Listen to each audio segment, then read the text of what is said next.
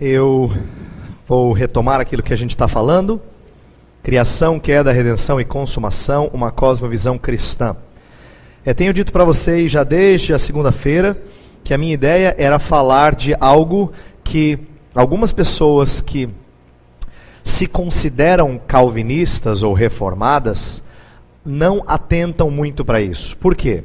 Porque em muitos círculos evangélicos, não importa se presbiteriano, batista, assembleiano ou de outra igreja evangélica, quando as pessoas se dão conta das doutrinas da graça, chamadas doutrinas da graça, ou os 5 pontos do calvinismo, como a gente ouve falar, ou começa a ouvir sobre o Deus soberano e como esse Deus soberano nos salva poderosamente, por obra dele, não por iniciativa nossa, nós nos empolgamos com isso, se a gente de fato crê e vê isso nas Sagradas Escrituras, nós nos empolgamos com isso, nós queremos aprender mais disso, mas às vezes as pessoas têm a impressão de que isso resume a tradição calvinista. E eu estou nessa semana tentando trazer um outro aspecto da tradição calvinista, da tradição reformada, que às vezes não é muito conhecido no meio evangélico, que é uma maneira de enxergar a vida como um todo, a partir de referenciais bíblicos. Agora deixa eu explicar um pouquinho sobre isso antes de começar a palestra. Eu não estou querendo dizer que só reformado crê em criação, queda, redenção e consumação. Seria um absurdo. Por isso que eu chamei uma cosmovisão cristã. Mas tradicionalmente, desde o final do século XIX, entrando no século XX, é grande o número de reformados que pensam sobre esse assunto. E pequeno o número de outros evangélicos que pensam sobre esse assunto. Pelo menos em anos passados. Tem mudado isso gradativamente, mas a maioria dos que refletem mais delongadamente sobre esse assunto tem apego e amor pela fé calvinista. Então por isso que eu estou trazendo um aspecto da tradição para dizer a vocês que amam a palavra de Deus, que devem tomar esses princípios da palavra e fazer deles norteadores da forma como você vive nesse mundo. Tá? Então nós falamos sobre o que é cosmovisão na segunda-feira, depois falamos sobre o primeiro dos pilares históricos, a criação. E eu disse que a criação não é necessariamente uma doutrina, perdão gente, desculpa, não é uma doutrina simplesmente voltada para combater o evolucionismo, mas ela é uma doutrina que molda a maneira como a gente enxerga as coisas que foram criadas. Eu usei a ilustração do gerente, né? Falei que somos gerentes na loja de Deus, para usar uma figura para dizer, Deus espera coisas de você, ordenou coisas a você. E ontem falamos do aspecto mais desconhecido de alguns, porque muita gente fala que crê que Deus fez as coisas, mas não percebe o porquê que as coisas estão de mal a pior. E aí que a doutrina do pecado, o entendimento de queda, vem moldar nossa maneira de enxergar as coisas, né? Tira do nosso sonho qualquer utopia que seja contrária àquilo que é proposto nas Sagradas Escrituras. O ser humano, por natureza, é utópico. Vou falar um pouco disso hoje. Ele, como diz o ditado, a esperança é a última que morre, né? Ele tem esse anseio, mas ele é utópico. E suas utopias não combinam com a palavra de Deus. Então a gente tem que ser cônscio da beleza e da bondade da criação, mas também temos que ser cônscios da podridão do direcionamento dado pelo homem, pelo ser humano, a essas coisas boas que Deus criou. E hoje nós vamos falar sobre o terceiro pilar histórico, redenção. Tá bem? Então essa é uma introdução rápida, eu apenas explicando para vocês por que eu estou tratando desse assunto na Semana Magna. Então agora vamos falar de redenção. E eu quero começar dizendo uma coisa que talvez você também não tenha parado para pensar. Foi novo para mim quando eu comecei a estudar esse assunto há um tempo atrás. Isto é, o insight. Não o que eu vou falar em si, mas o insight. Por quê? Presta atenção. O ser humano, ele sabe que ele teve uma origem, ele pode não saber qual é a origem. Ele sabe que ele tem falhas, mas ele não chama isso de pecado. Via de regra, o homem sem Deus. Mas quando você fala assim de redenção, logo lembra cristianismo. Né? Redenção, Jesus Cristo. Eu quero começar dizendo que redenção não é uma coisa somente proposta por cristãos. Eu quero começar dizendo que o ímpio tem um enredo parecido, só que a história é diferente. Isto é, toda cosmovisão, de certa forma, tem uma criação, uma queda e uma redenção. Não com esse nome, presta atenção. Toda cosmovisão tem alguma explicação. Quando eu digo cosmovisão, estou falando desses sistemas mais organizados. Nem todo mundo, nem cada indivíduo tem resposta para isso. Mas quando eu falo cosmovisão, pense assim, por exemplo, no naturalismo, que é o que está por detrás, né, de muita gente ateia. Ou o existencialismo, foi uma resposta ao naturalismo no século... Tem início do século XIX, mas ele ganha força no século XX. Ou o panteísmo das religiões orientais, né? Budismo, por exemplo, e outras religiões orientais que a gente chama de panteístas. Lembra que eu falei que o panteísmo é aquilo que considera tudo Deus, espiritualiza as coisas criadas. Essas são cosmovisões, tá? Essas são cosmovisões, são exemplos de cosmovisões. Pois bem, toda cosmovisão, de certa forma, tem uma explicação para a origem das coisas. Ela pode não ter uma explicação muito interessante, ou muito fiel, ou coerente, ou até convincente, mas ela tem uma explicação. Ela diz, no princípio, alguma coisa. Como é que as coisas surgiram? Seria equivalente ao conceito de criação. Ela tem alguma explicação do porquê que existe sofrimento no mundo. Por que que existe injustiça, por que que existe imoralidade, por que que existe decadência e assim por diante. Ela tem alguma explicação. Repito, pode não ser convincente, pode não ser coerente, mas ela tenta dar alguma explicação. E toda cosmovisão, aí que vem a parte que eu quero destacar mais. Toda cosmovisão tem uma proposta de solução. Uma redenção. Então ela pode não usar os termos que a gente usa, criação, queda, redenção, mas ela tem uma proposta. Ela visa apresentar um caminho para longe desse mundo mal.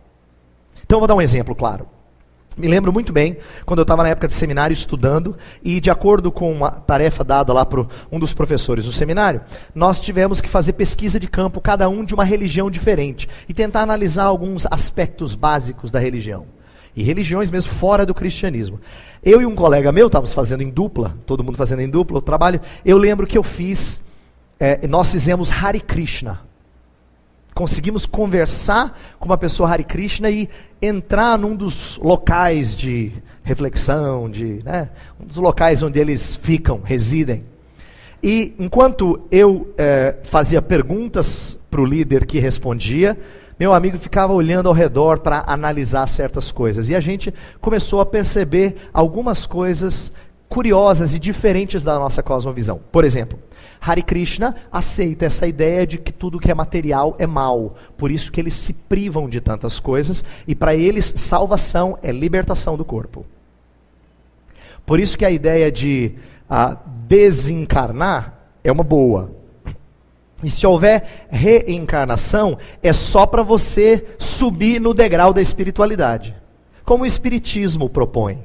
Para que um dia ele não precise reencarnar novamente, ele chegue no ápice da espiritualidade. Então o seu espírito é pleno, agora não precisa mais passar por um caminho de matéria. Então, veja só, é uma proposta de redenção. Esse mundo é mau. Então, por exemplo, por que que entre os Hare Krishna eles repetiam constantemente, não sei se você já viu, gente que representa Hare Krishna, eles andam na rua falando.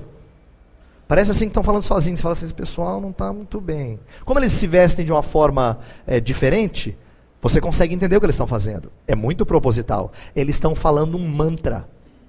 Eles estão repetindo uma frase importante constantemente, milhares de vezes por dia. Porque a proposta deles é, na medida do possível, viver além desse mundo material. Agora presta atenção. É por isso que Jesus Cristo, quando veio a este mundo, se fez carne, né? Veio a este mundo e se disse o Filho de Deus, para muitos foi blasfêmia. Escândalo, loucura. Porque como é que alguém que é espírito totalmente bom entra na matéria considerada por muitos má, né? Então, perceba, Hare Krishna, como qualquer outra proposta de cosmovisão, entende que tem coisas ruins. Então eles têm uma noção, uma explicação de sofrimento que seria equivalente à queda, e tem uma proposta de redenção. Então, é interessante a gente destacar isso, porque quando eu falo de redenção hoje, eu vou falar, obviamente, de uma redenção a partir de um referencial cristão. Mas se você não for específico sobre o que você está propondo, para alguém com quem você conversa, ele pode se empolgar. Imagina, você conversa com alguém e diz assim, esse mundo, ele está muito mal. Aí a pessoa fala, é verdade. Esse mundo precisa de um caminho de salvação. Ele fala, é verdade. Você pode até usar a linguagem bíblica, a linguagem de igreja. E ele vai gostar da ideia. Esse caminho precisa de esse caminho de redenção tem que ser um caminho de abnegação do eu. Ele fala, é verdade. Porque ele crê em sacrificar as coisas da carne, não é? Aí você fala assim, esse caminho é só em Jesus. Aí ele, bem, pode ser verdade. Ele crê em redenção. Ele acha que redenção é uma coisa boa. Mas ele tem os caminhos dele. E nós vamos falar hoje do caminho, da verdade e da vida. Tá bom? Pois bem, presta atenção. O que mais as difere umas das outras é a forma de redenção. O que eu quero colocar agora? Que todas as cosmovisões, de alguma forma, têm proposta de uma explicação da origem das coisas, do porquê que as coisas não estão bem e como solucionar os problemas. Mas se tem uma área na qual ela difere muito do cristianismo, é na redenção. Pega o nosso país, por exemplo. O nosso país tem uma série de pessoas que podem até acreditar que o Deus da Bíblia fez as coisas. Pode até acreditar que o homem tem falhas no seu interior. Talvez ele use a palavra pecado, talvez não. Ele diga assim, não, o homem é egoísta. Eu lembro de ouvir o testemunho de um conselheiro cristão muito famoso, um escritor bíblico. Ele disse assim que ele estava fazendo uma viagem, estava sobrevoando para chegar a um local onde ele dava palestra. E ele estava conversando com um senhor que parecia muito culto. E esse senhor dizia assim, esse mundo é muito mau. E o problema desse mundo é o egoísmo. E aí esse palestrante cristão falou, puxa, esse senhor aí está acertando na veia.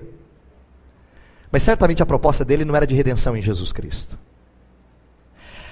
Eu quero compartilhar com vocês algumas coisas que são típicas da nossa cultura brasileira e internacional, que mostram que às vezes, presta atenção, quando a graça comum permite que alguém tenha conceitos de verdade, Deus deixa que ela tenha uma noção parecida com a cristã de criação e parecida com a cristã de queda, parecida, mas jamais parecida com a proposta de redenção.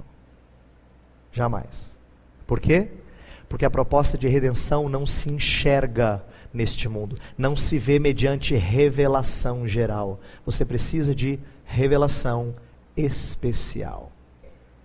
Você precisa desse livro aqui. As pessoas podem até enxergar o mundo e darem um retrato interessante da maldade dos homens, com o qual você pode concordar, dizer, olha, não é crente, mas ele falou umas verdades. Mas quando ele fala de uma proposta de redenção, aí que a coisa muda significativamente. Eu quero dar um exemplo para vocês, de uma coisa nordestina, que me chegou por intermédio de um pastor. Estava lendo, talvez você já tenha recebido esse e-mail. Eu estava lendo, um pastor me mandou por e-mail um cordel escrito por um educador baiano contra o BBB, o Big Brother Brasil. Presta atenção, eu vou mostrar, alguns já conhecem, outros não, ele é grande, eu peguei só alguns trechos, mas eu quero que você preste atenção para que depois eu pergunte a você uma coisa, tá? Vamos lá, olhando para a tela. Curtir o Pedro Bial e sentir tanta alegria é sinal de que você o mau gosto aprecia, dá valor ao que é banal, é preguiçoso mental e adora a baixaria. Há muito tempo não vejo um programa tão fuleiro, produzido pela Globo visando ibope e dinheiro, que além de alienar, vai por certo atrofiar a mente do brasileiro. Me refiro ao brasileiro que está em formação e precisa evoluir através da educação, mas se torna um refém, iletrado, Zé Ninguém, um escravo da ilusão. Esse programa da Globo vem nos mostrar sem engano que tudo que ali ocorre parece um zoológico humano, onde impera a esperteza, a malandragem e a baixeza, um cenário sub-humano. A moral e a inteligência não são mais valorizadas. Os heróis protagonizam um mundo de palhaçadas, sem critério e sem ética, em que vaidade e estética são muito mais que louvadas. Isso é um desserviço, mau exemplo à juventude, que precisa de esperança, educação e atitude. Porém, a mediocridade, unida à banalidade, faz com que ninguém estude.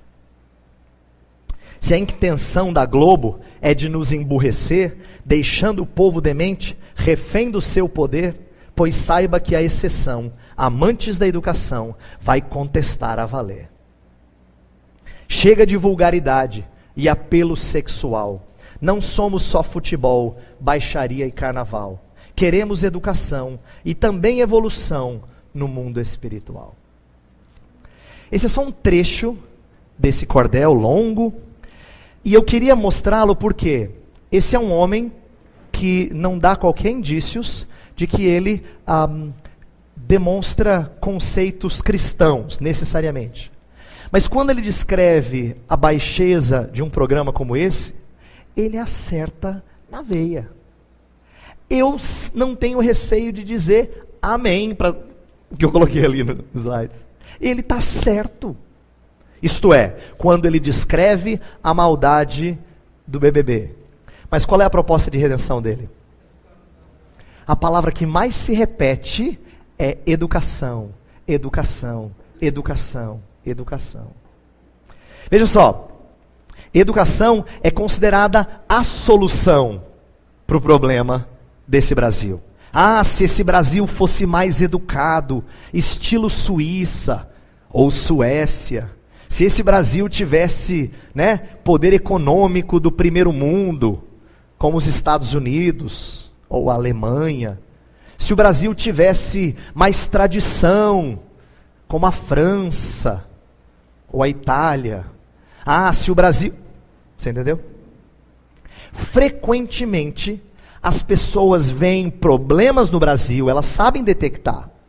Elas escrevem crônicas interessantes, você ouve no rádio, você vê na televisão, você lê no jornal, às vezes críticas à sociedade brasileira, pode ser nas áreas mais específicas, tanto a política, quanto a música, ou outra coisa, e você diz, que crítica muito perspicaz.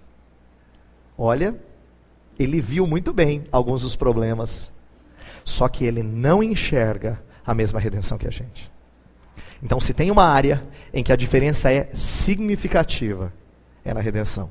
Porque nessa não tem jeito de chegar perto. Essa foi preciso que um livro lhe contasse a história do homem Jesus Cristo. Tá? Então guarde isso. Homens sem Deus podem até ter um conceito parecido de queda. Parecido, não igual.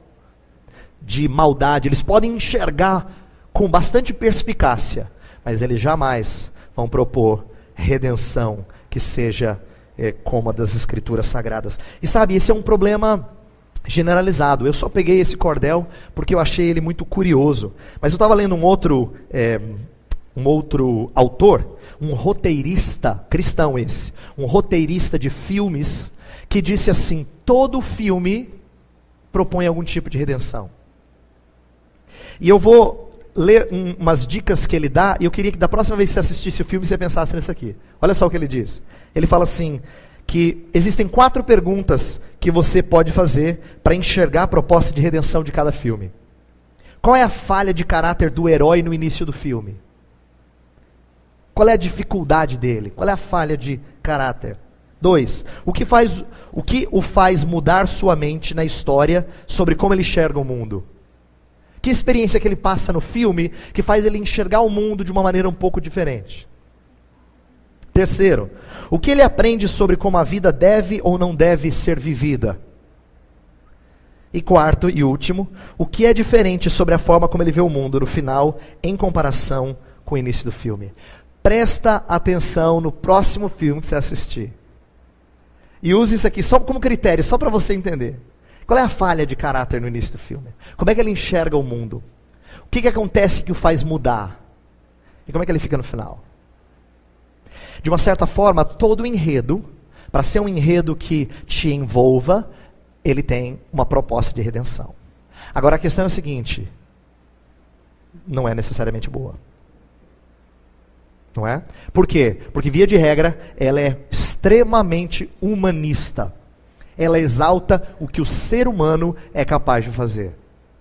Ela exalta os nossos esforços. E nós hoje aqui vamos falar da redenção em Jesus Cristo, que é muito diferente dos esforços do eu. Tá? Muito diferente. Inclusive, essa é a área que você tem mais dificuldades de fazer alguém entender quando você está tentando evangelizar. Imagina você conversando com um amigo, uma amiga, e dizendo assim: olha, Deus criou você para você se relacionar com Ele. Aí a pessoa pode ouvir e dizer: eu tenho sentido um vazio espiritual. Aí você fala: olha, acho que vai dar certo isso aqui, Senhor, me ajuda. Aí você diz assim: sabe qual é o problema? É que quando a gente falha na vida, a Bíblia fala de pecado, a gente se distancia dele. Aí ela fala assim: é verdade. Eu tenho percebido isso na minha vida. Tenho andado tão distante de uma vida assim, iluminada. Né? Eles gostam de usar esses termos de vez em quando, né? Você é uma pessoa iluminada. Eu vejo assim, ó. Mas a pessoa pode dizer assim: ó, eu tenho sentido falta. Aí você diz assim: pois bem, eu queria que você soubesse que eu tenho notícias boas. Você pode se aproximar de Deus, mas não tem nada que você pode fazer. Eu queria te falar de uma solução. Aí eu olho dela assim: você não pode fazer nada.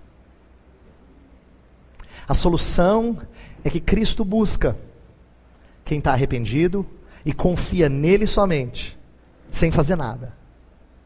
Se ela não for bem explicada, ela pode até achar bonito. Mas se você explicar o que isso implica nos mínimos detalhes, vai ferir o orgulho dela.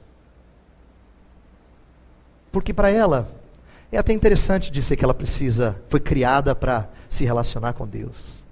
É até interessante ela dizer assim: eu realmente tenho falhas. Mas é muito difícil ela reconhecer que ela carece de outro, que ela não pode fazer nada. Muito difícil. Muito difícil. Então essa é a área que mais mexe com o ser humano. Algumas pessoas demoram a entender. Lembra da parábola do semeador? O semeador saiu a semear e ele lança a semente. A primeira cai num chão que não é preparado para o solo. A semente fica ali fácil de ser pegada por uma ave. Depois a segunda cai em solo rochoso, né? Cresce, mas não tem espaço para fazer uma raiz forte. E a terceira cresce, mas os espinhos sufocam.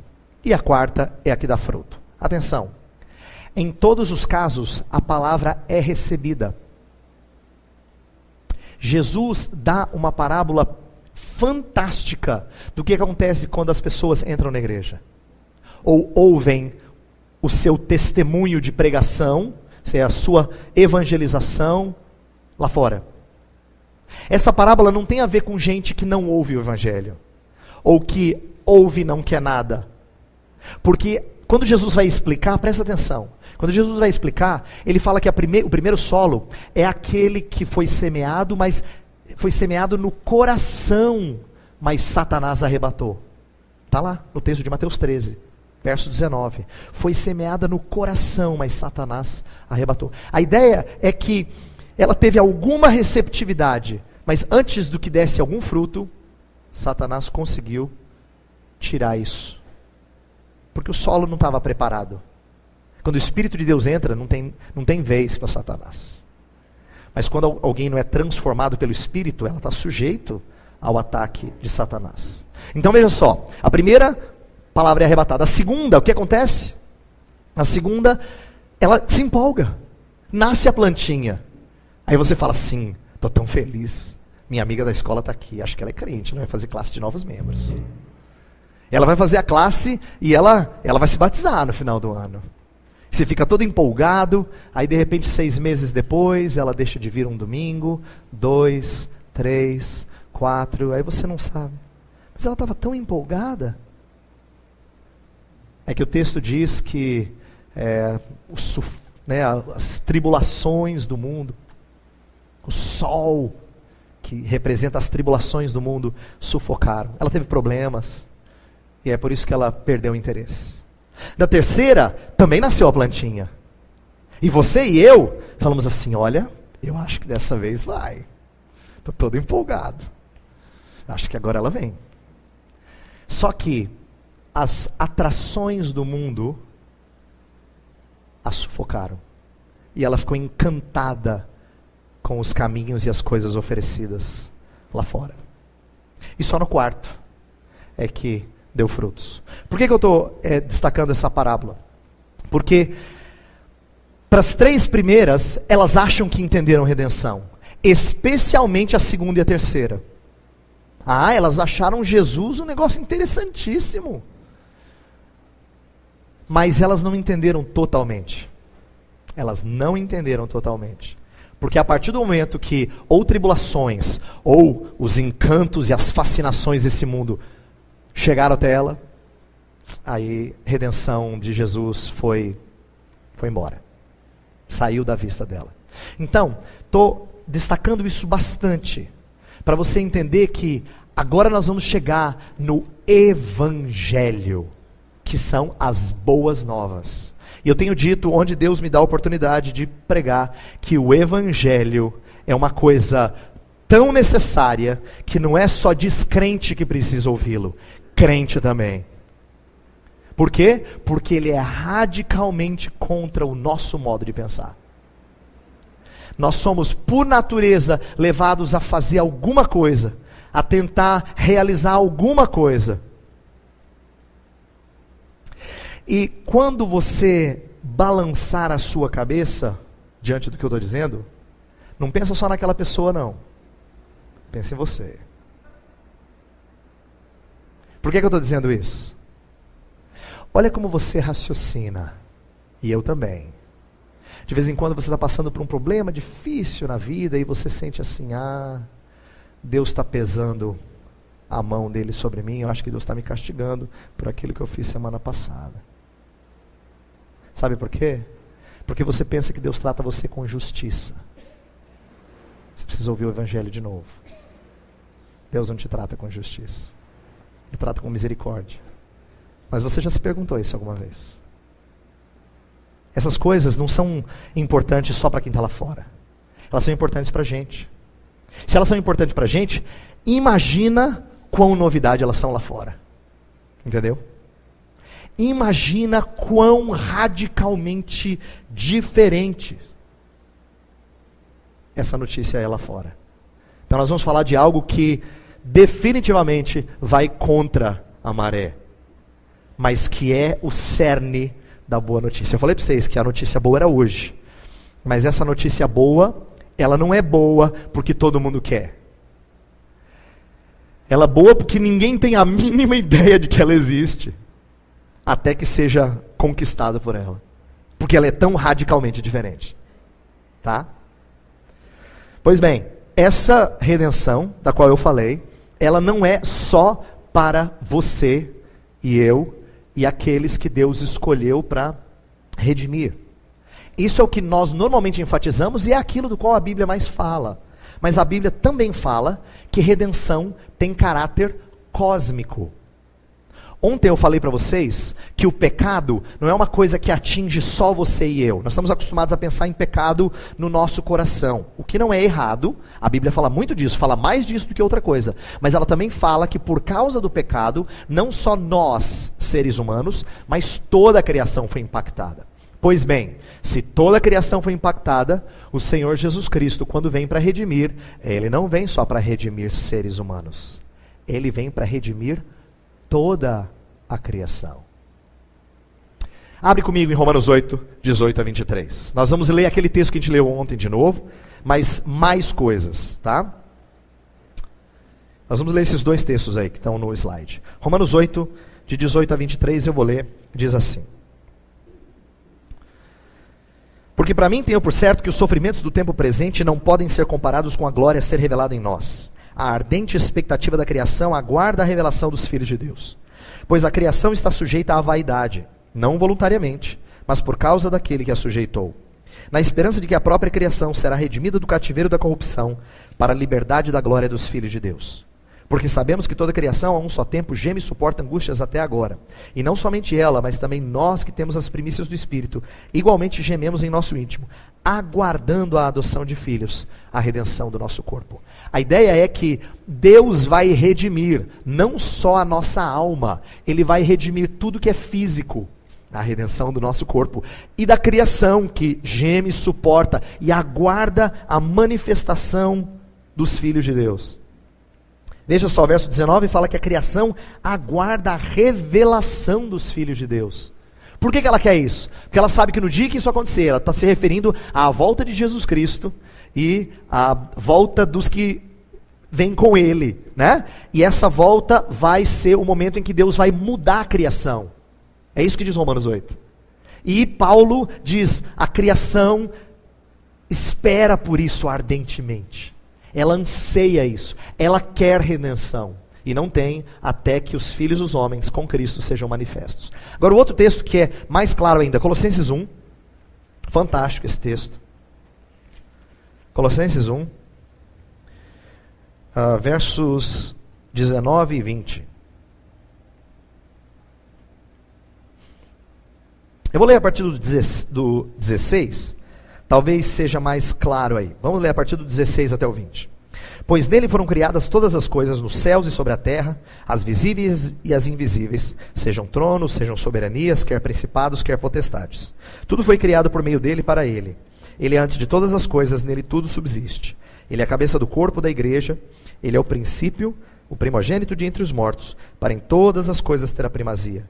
Porque aprove a Deus que nele residisse toda a plenitude, e que, havendo feito a paz pelo sangue da sua cruz, por meio dele, reconciliasse consigo mesmo todas as coisas, quer sobre a terra, quer nos céus. O verso 16, fala que ele criou todas as coisas, e ele, pelo sangue da sua cruz, reconciliou todas as coisas. Presta atenção, Jesus Cristo não morreu na cruz só por você. Você diz, eu sei, pastor, ele morreu por muita gente. Não. Ele não morreu na cruz só por muita gente. Ele morreu na cruz por toda a criação. O que eu quero dizer com isso? Quando Cristo morre na cruz, eu preciso explicar para você não achar que eu estou ensinando bobagem. Quando Cristo morreu na cruz, ele tinha como intenção remir os eleitos de Deus, que já estavam preparados para a salvação. Só que não adianta remir os eleitos se não tem lugar para colocar esses eleitos. Então Deus tem que remir os eleitos e tem que remir o lugar onde os eleitos vão morar. E é por isso que ele fala de criar novos céus e nova terra. Ele quer reconciliar consigo mesmo todas as coisas. A ideia é que Cristo Jesus não veio fazer uma redenção pequena, é uma redenção muito grande. Você pensava que era grande porque você estava pensando nas milhares e milhões de pessoas salvas, pois eu estou dizendo que é maior do que você tinha pensado, porque a Escritura fala de reconciliar consigo mesmo todas as coisas, quer na terra, quer nos céus. Então, ela visa restaurar todas as estruturas da criação. Nesse sentido, a salvação é uma recriação. Tá? Esse autor, Walters, afirma que não é volta ao Éden culturalmente falando. Não voltaremos ao estado primitivo tendo que desenvolver cultura tudo de novo. Aqui é um negócio interessante, eu preciso dizer. Eu não vou falar tudo sobre essa redenção, esse lugar, a gente vai falar um pouquinho mais amanhã, que a gente tem que deixar o melhor para o final. E consumação é uma delícia, porque é o que nós ansiamos. Mas até que a gente fale do final, amanhã, o que eu quero dizer agora é o seguinte: quando Deus nos redime, não significa que Ele bota a gente no Éden do jeito que estava Adão. Porque o que Adão tinha que cumprir, o segundo Adão já cumpriu. Nós não precisamos voltar para o Éden, receber uma regra, ver se a gente obedece. Não, o segundo Adão cumpriu todas as coisas, ele cumpriu toda a lei, diz o Novo Testamento. E por causa da sua obediência, nós fomos justificados, diz Romanos 5,19. Então, o que eu estou querendo dizer é que nós não somos colocados de volta no jardim como se nós fôssemos testados como Adão foi. Não, Deus nos leva para a cidade. Não é interessante que a história da Bíblia começa com um jardim e termina com uma cidade? Porque é a ideia de que Deus conduz-nos ao último passo. Deus não volta atrás. Deus não faz não aperta o rebobinar, né, antigo do videocassete. Ele não faz assim e fala, vamos começar tudo de novo. Não. Ele leva você e eu para o lugar em que as coisas chegam ao ponto que tinha que chegar. Essa é a ideia de redenção na Bíblia Sagrada. Tá? É isso que esse autor, o Albert Walters, está falando, e eu creio que ele está tratando um pouco disso, não só disso, que é precioso a gente destacar essas coisas. Ok? Meu ponto é dizer que os princípios do reino permeiam cada esfera. O reformado não julga uma escola. Eu dei exemplo sobre isso ontem, sobre como nós temos que nos portar diante dessas coisas. Deixa eu ver o que eu tenho aqui no slide. Deixa eu explicar isso aqui.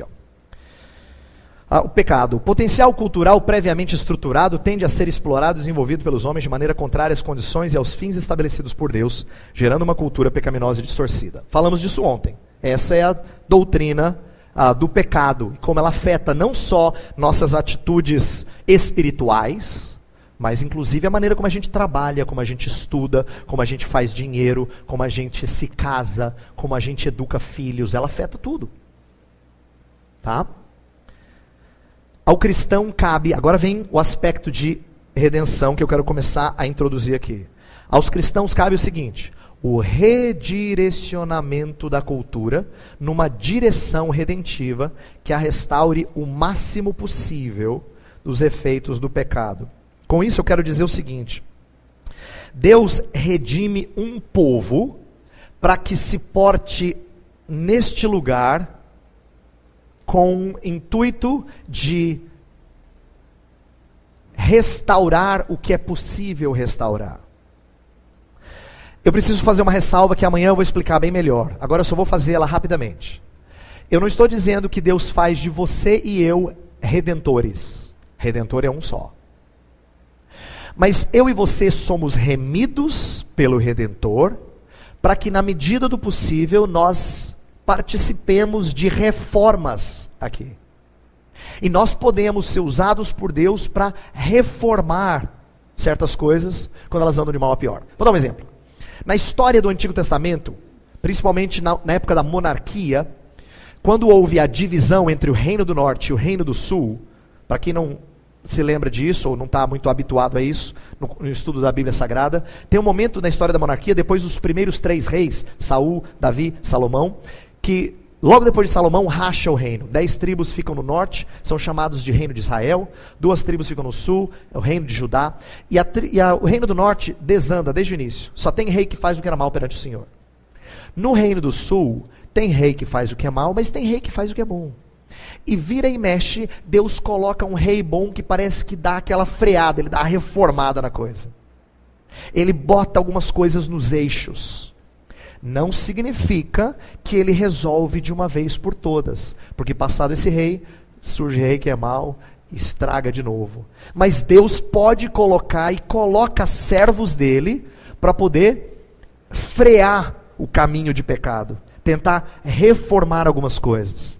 Então Deus tem alguns reis assim na história de Judá, homens que foram usados por ele para poder puxar o trem que estava no trilho do pecado, né? Levando as coisas para longe. Ele freia, ele usa servos dele para poder operar essa reforma, tá? Então, eu quero que isso seja pensado, a gente pondere sobre isso. Por quê?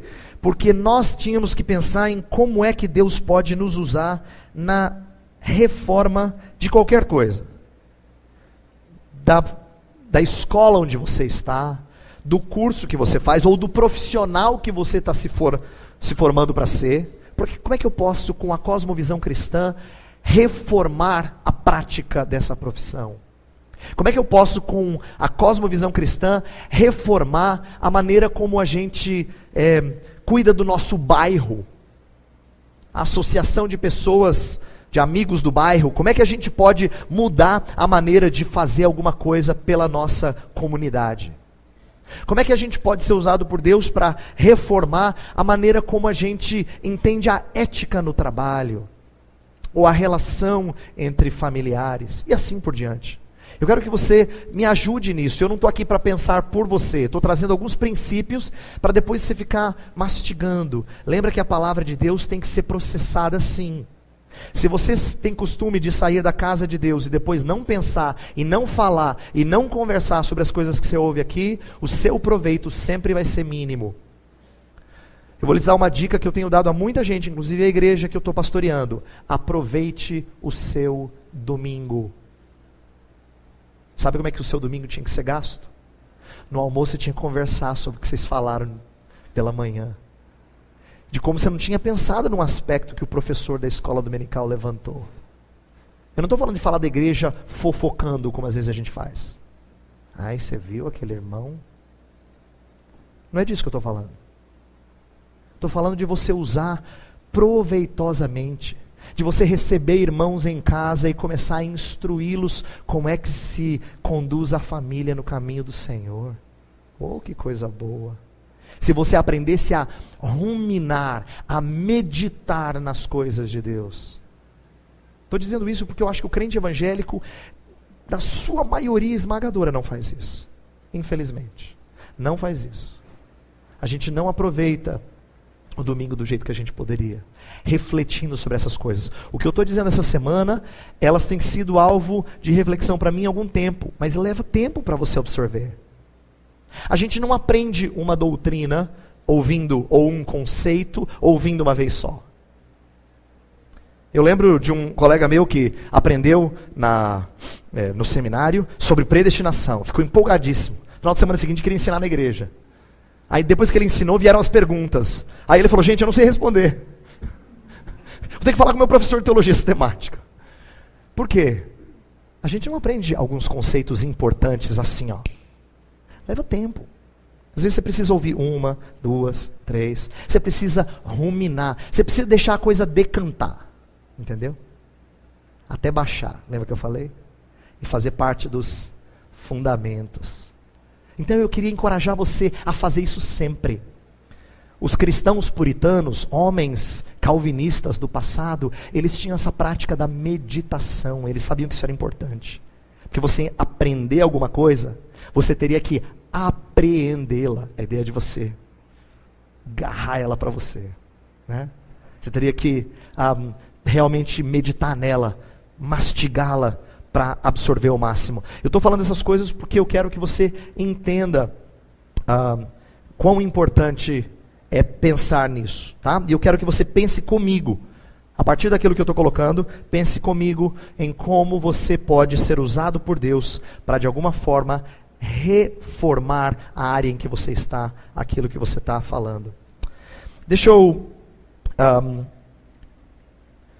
falar sobre as últimas duas coisas que eu tenho colocado aqui, e a gente vai fazer o nosso intervalo. Primeira coisa que eu quero compartilhar com vocês, lembrá-los que nossa postura no mundo, que não é do mundo. Então alguém me perguntou aqui, depois de eu ter falado isso a primeira vez, o que significa no mundo, mas não do mundo? Vou falar um pouco disso mais agora.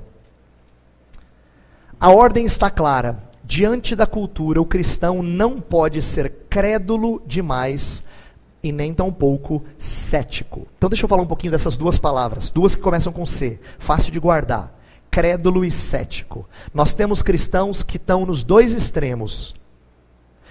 Aquele que é crédulo demais, ele absorve sem mente crítica. E aquele que é cético demais, ele não acredita, ele tem repulsa, ele acha que é tudo ruim, né?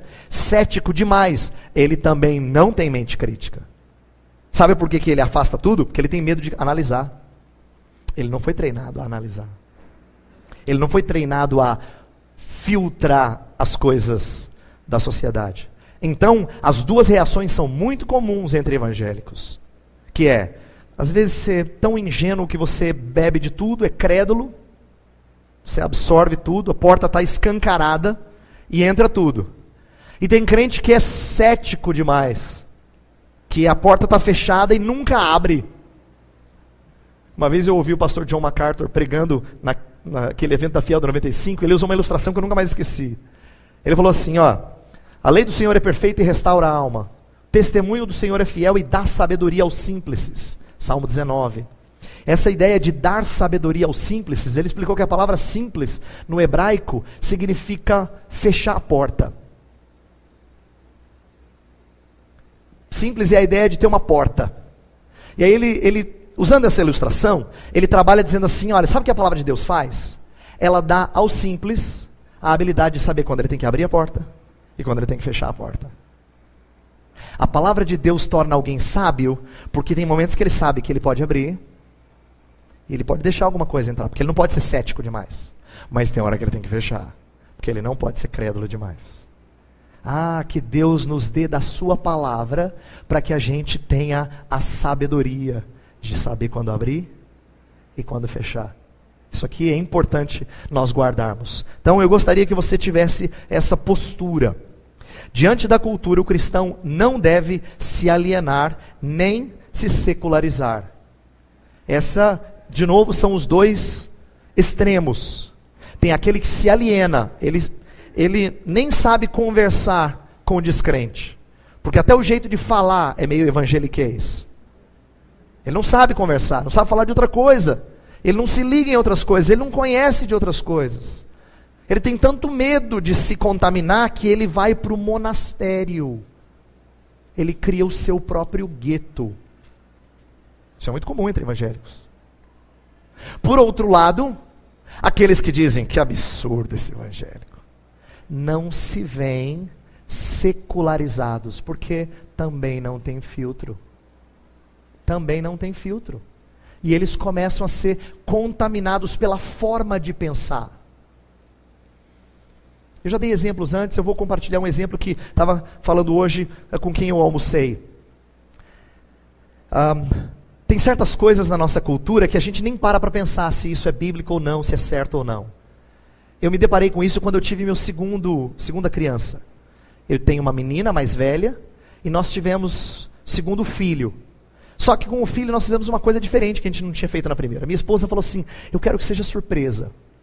Todo mundo falou, você está louca? Como é que a gente vai saber para fazer o enxoval? Ela disse assim, como é que se fazia 40 anos atrás, 50 anos atrás? Ninguém morria de desespero porque não sabia. Ela falou, eu quero que seja surpresa. Eu falei, tá bom, meu amor, vamos juntos, surpresa. Então nós esperamos esse menino chegar, surpresa. E quando chegou o menino, quando nós anunciamos para todo mundo, é um menino, estamos muito felizes, saudável, Deus foi bondoso conosco. Alguns chegaram para mim e falaram assim, pastor, uma menina e agora um menino. Deu, né, pastor? Agora, Por quê? Porque a nossa cultura prega para todo mundo que quem tem muito filho é ignorante. E o ideal é 2, de preferência, um menino e uma menina. E ai de você se você for ter mais. Para quê? E sabe que eu não estou dizendo que gente descrente disse isso para mim. Foi irmão meu. Irmão que eu digo é irmão na fé. Irmãos meus têm essa forma de pensar. Sabe por quê? Antigamente, ter muitos filhos era bênção, né? Encher aljava de flechas. Hoje em dia é caro. Assim que as pessoas pensam. Elas não se percebem secularizadas. Elas não percebem. Elas acham até que é muito assim, civilizado, entendeu? Elas acham que é civilizado. E eu sinto ter que usar esse exemplo, porque eu sei que eu falei alguma coisa que mexeu com alguma das famílias de vocês. Porque isso não é incomum. Mas eu não estou aqui para dizer que ter 2 filhos só é pecado, ou ter um filho é pecado, não é isso. Mas qual a motivação? Será que a gente faz isso porque nós fomos contaminados pelo jeito de pensar do mundo? E às vezes nós somos. Às vezes nós somos. Nós achamos que é impossível porque a gente pensa nos mesmos parâmetros de alguém que não tem Deus. Então, esse negócio de secularizar é mais sutil do que você imagina. Você está pensando assim em boate? Você está pensando em coisa assim? Não, eu não estou falando disso. Eu estou falando das coisas mais sutis que você não percebe. Que passam pelo filtro, se o filtro não for bom, passam pelo filtro e você nem notou. Então eu quero que a gente esteja atento e desenvolva essa atitude crítica. A atitude recomendada é: seja crítico, viva na cultura e a conheça, mas com cautela, com critérios. Examine todas as coisas, mas retenha o que é bom. Né? Paulo falou aos Tessalonicenses. Então, você vai viver neste mundo, não fora dele. Não peço que os tires do mundo, Jesus orou. Ele só orou que os guardes do mal. Ele não pediu: Senhor, meu Pai, coloca-os numa bolha. Não foi isso que ele pediu. Não foi isso que ele pediu. Ele pediu que nós vivêssemos no mundo, mas críticos, guardados do mal, com filtro, com critério. Vivendo num mundo caído, as coisas boas e verdadeiras estão entremeadas ao mal e ao erro. Daí a necessidade de uma atitude crítica constante. Então, lembra que eu falei ontem de mundanismo? Às vezes a gente tem a impressão de que mundanismo é um tipo de atividade, ou um lugar, e a gente coloca o rótulo de mundano em algumas coisas que de repente são boas porque Deus as fez, porque estão na estrutura que Deus criou, na ordem da criação. O que você tem que entender, o que há de mais comum são coisas criadas boas, mas pervertidas pelo homem. Então você vai ter que viver numa cultura em que tem coisa linda. De repente você está ouvindo aquela música que você até gosta, a primeira estrofe assim, tal, o guitarrista é bom, e você gosta disso, daquilo, chega na segunda e você fala: que bobagem. Entende isso? Direto. Em todo filme, em toda música, em todo livro, acadêmico ou de ficção. Em toda conversa com o seu vizinho, com o seu patrão. Em tudo. Coisas boas misturadas com coisas más. Você tem que viver criticamente sempre.